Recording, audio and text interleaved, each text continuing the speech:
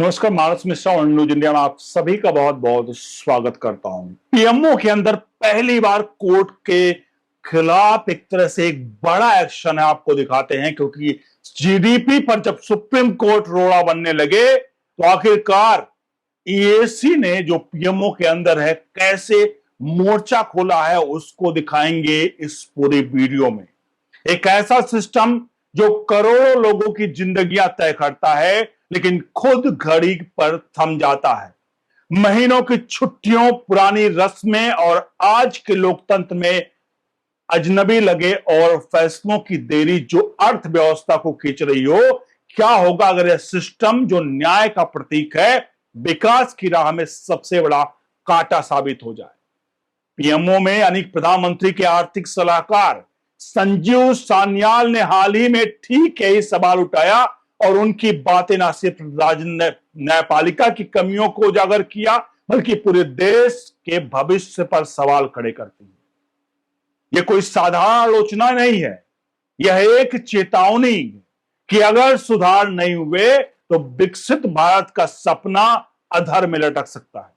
आइए आपको इसके एक एक चीजों को बताते हैं। यह बहस सिर्फ अदालतों की नहीं है बल्कि हम सबकी जिंदगी का है कि संजीव सान्याल ने जो प्रधानमंत्री के आर्थिक सलाहकार परिषद यानी पीएमईएसी के सदस्य हैं, उन्होंने न्याय निर्माण को लेकर के एक कार्यक्रम में अपनी स्पीच में न्यायपालिका को सीधे चोट पहुंचाई। यह कार्यक्रम general councils association of India द्वारा आयोजित किया गया था, जहां कानूनी विशेषज्ञों और नीति निर्माताओं ने न्याय व्यवस्था को मजबूत करने पर चर्चा रखी थी। सान्याल ने स्पष्ट शब्दों में कहा कि न्यायपालिका अब विकसित भारत के रास्ते में सबसे बड़ी बाधा बन चुका है। पूरी वीडियो देखिएगा और वीडियो के कमेंट बॉक्स में अपनी राय प्रतिक्रिया जरूर दीजिएगा, क्योंकि ये कोई आम साधारण व्यक्ति नहीं है जो सड़क पर चल रहे कोई भी व्यक्ति हैं। इकोनॉमिस्ट हैं, ये समझ रखते हैं देश के जीडीपी से लेकर देश के हर उस इकोनॉमिक टर्म्स पर जहां पर देश और विदेश में हिंदुस्तान की साख को बट्टा लग सकता है, उसके टेक्निकल नॉन टेक्निकल दोनों चीजों पर ये जानकार है। और जब वो ऐसी बातें कहें, वो भी भारत के पीएमओ में बैठते हों, तो साफ तौर पर न्यायपालिका पर एक बार तो हमें और आपको सोचना ही पड़ेगा। उनकी ये टिप्पणी कोई व्यक्तिगत रोष नहीं थी बल्कि आंकड़ों और तुलनाओं पर आधारित एक गंभीर विश्लेषण है। उन्होंने कहा कि न्यायिक व्यवस्था विशेष रूप से मेरी राय है कि विकसित भारत बनने में तेजी से बढ़ने के लिए एकल सबसे बड़ी बाधा है। अनुबंधों को समय पर लागू करने, न्याय में देने में असमर्थता अब इतनी बड़ी बाधा बन चुकी है कि अगर हम पूरी कानूनी परिस्थिति में बड़ा बदलाव नहीं देखते हैं तो बाकी सिस्टम में जो कुछ भी कर रहे हैं वह मायने नहीं रखेगा। ये उनके शब्द हैं। यह बयान सुनकर सभागार में सन्नाटा छा गया, क्योंकि यह न सिर्फ न्यायपालिका की आंतरिक कमियों की इंगित करता है बल्कि पूरे प्रशासनिक ढांचे को चुनौती देता है। लेकिन सवाल यह है कि सान्याल की यह आलोचना कितनी जायज है। क्या वाकई न्यायपालिका इतनी जड़ बुद्धि हो चुकी है कि देश का विकास रुक जाए? उनकी हर बात को तोड़ अगर हम देखें तो सबूतों के साथ, ताकि आपको पता चल जाए कि आखिरकार उन्होंने जो कहा है उससे कम से कम एक तस्वीर तो साफ हो। सान्याल साहब ने एक बात कही जो सबसे चर्चित आलोचनाओं में रही, जजों की लंबी छुट्टियों पर जाना। उन्होंने कहा कि जज जो हैं वो गर्मी की छुट्टियों में दशहरा की छुट्टी और सर्दी की छुट्टी मिलती है और इस दौरान जो अदालतें बंद हो जाती हैं। यह जारी नहीं रह सकता है, क्योंकि उन्होंने जोर देकर कहा। लेकिन यह सिर्फ शिकायत नहीं थी, उन्होंने एक सार्वजनिक सेवा के रूप में देखा है। न्यायपालिका राज्य के किसी अन्य हिस्से की तरह एक सार्वजनिक सेवा है। मैं भी सरकार में काम करता हूं, उन्होंने कहा कि मुझे भी छुट्टियां मिलती हैं, लेकिन जजों को छुट्टियां लेने में खुशी होती है। लेकिन पूरे अदालत सिस्टम को क्यों बंद किया जाए? यहां सान्याल का तर्क स्पष्ट है कि न्यायपालिका एक सेवा है जो नागरिकों का अधिकार है, न कि जजों की निजी सुविधा।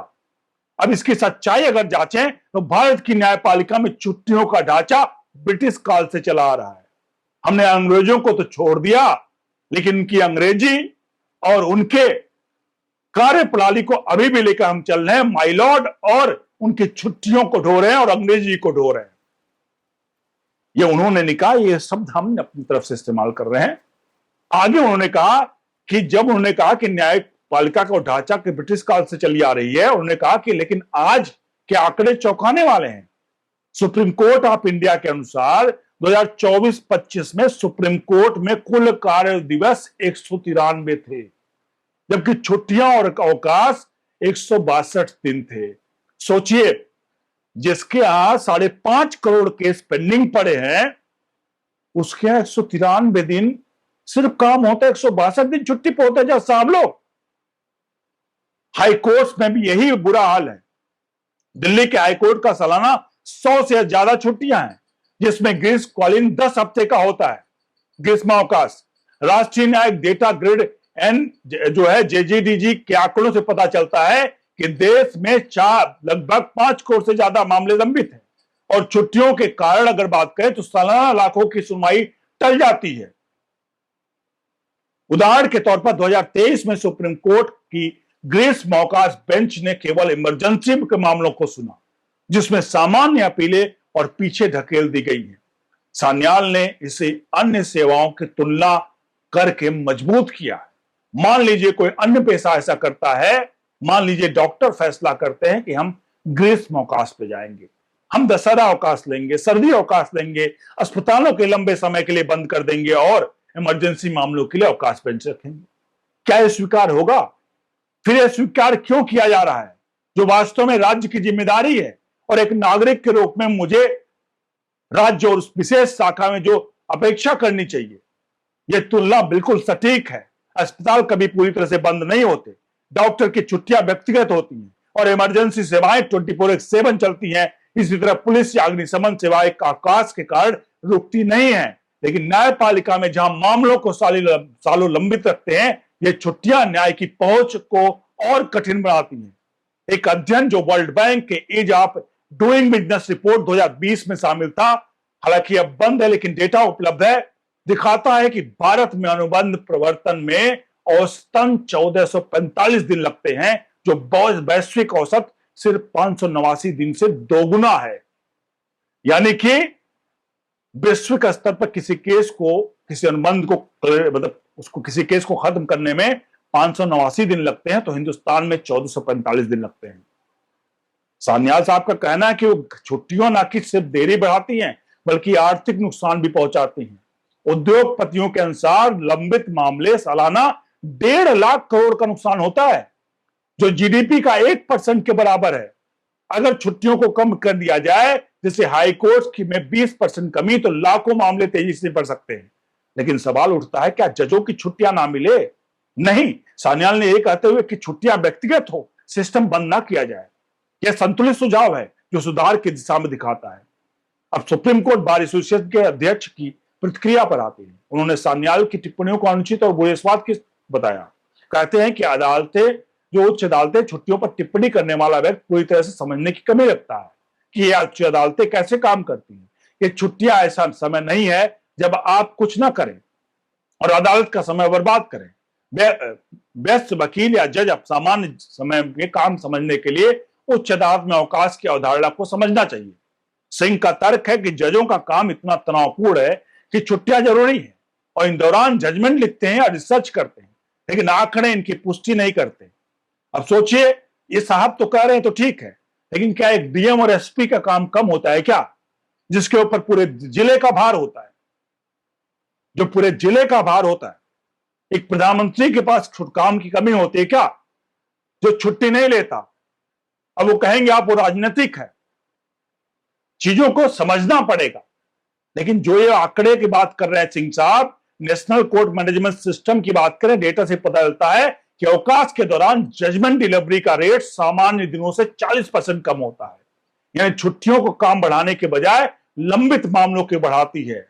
सिंह की रक्षा पुरानी परंपरा पर टिकी हुई है, लेकिन सान्याल का विश्लेषण आधुनिक आवश्यकताओं पर।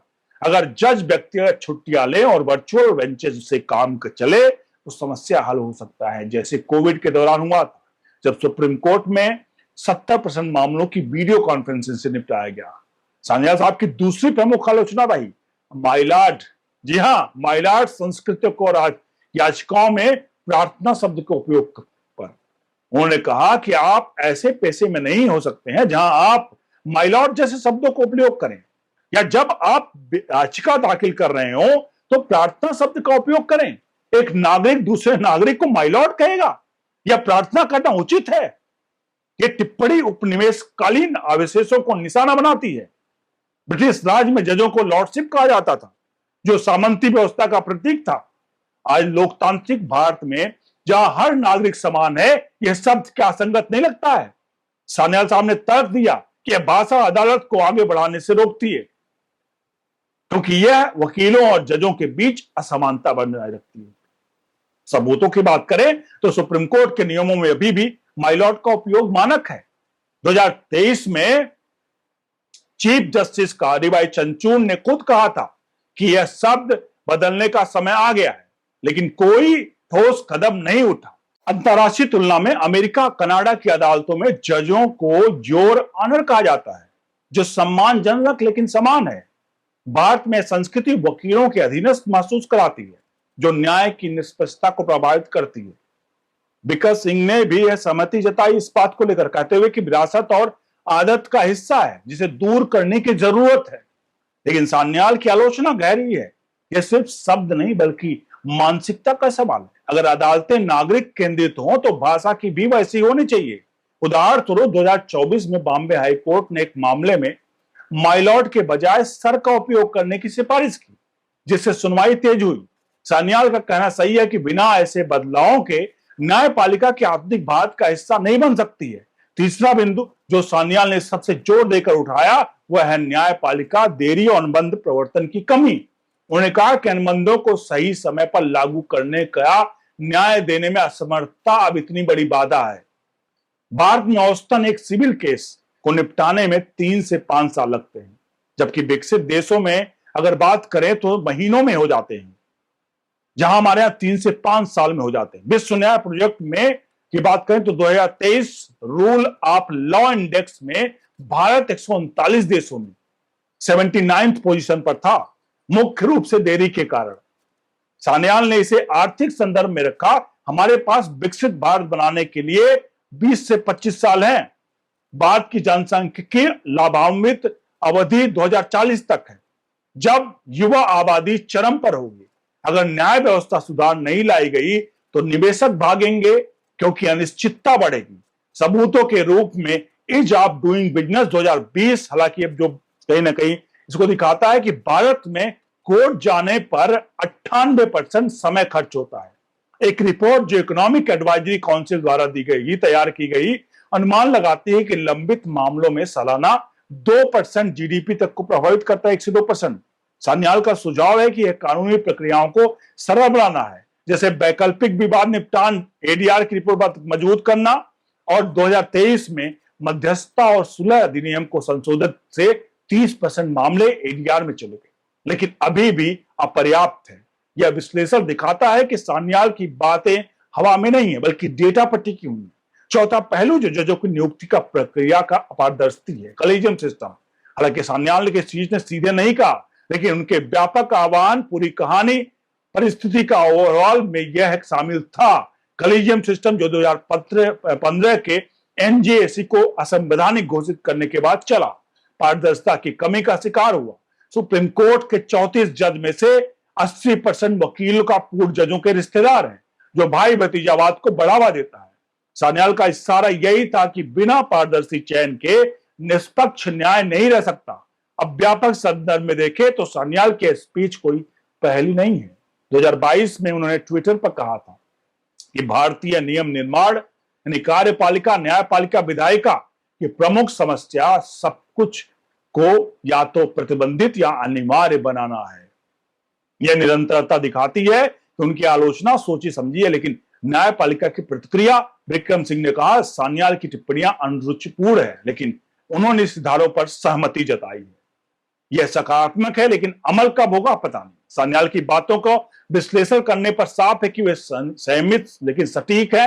वे जजों की व्यक्तिगत रूप से निशाना नहीं बनाते हैं, बल्कि सिस्टम की कमियों पर बोलते हैं। उदाहरण के तौर पर छुट्टियों पर उनका तर्क संगत है, यह सुधार का आह्वान है, न कि हमला। इसी तरह माई लॉर्ड कहना है संस्कृति बदलाव की मांग है। सबूतों से सिद्ध होता है कि देरी, अवरोध और वास्तविक है। 4 साल लगभग 5 करोड़ के आसपास जो केस है, 1.5 लाख करोड़ का नुकसान है। अगर ये सुधार हुए तो डिजिटल कोर्ट्स, कम छुट्टियां, पारदर्शी नियुक्ति, तो भारत 2047 तक विकसित बन सकता है। लेकिन सवाल बाकी है, क्या न्यायपालिका सुन रही है? पीएमओ से उठी है आवाज कितनी दूर जाएगी? आने वाले दिनों में सुधारों की घोषणा हो सकती है, बहस तेज होगा। यह स्टोरी यहां खत्म नहीं होती, यह तो बहस की शुरुआत है। लेकिन आप सभी से चाहेंगे इस पूरे प्रकरण पर अपनी राय प्रतिक्रिया जरूर दीजिएगा। वीडियो को लाइक शेयर जरूर करिएगा। अगर फेसबुक पर देख रहे हैं तो पेज लाइक करिएगा, और अगर आप यूट्यूब पर देख रहे हैं तो चैनल को सब्सक्राइब करके बेल आइकन को जरूर प्रेस करिए और अपने हित मित्रों को जरूर पहुंचाइए। बने रहिए ओनली न्यूज इंडिया के साथ। बहुत बहुत धन्यवाद।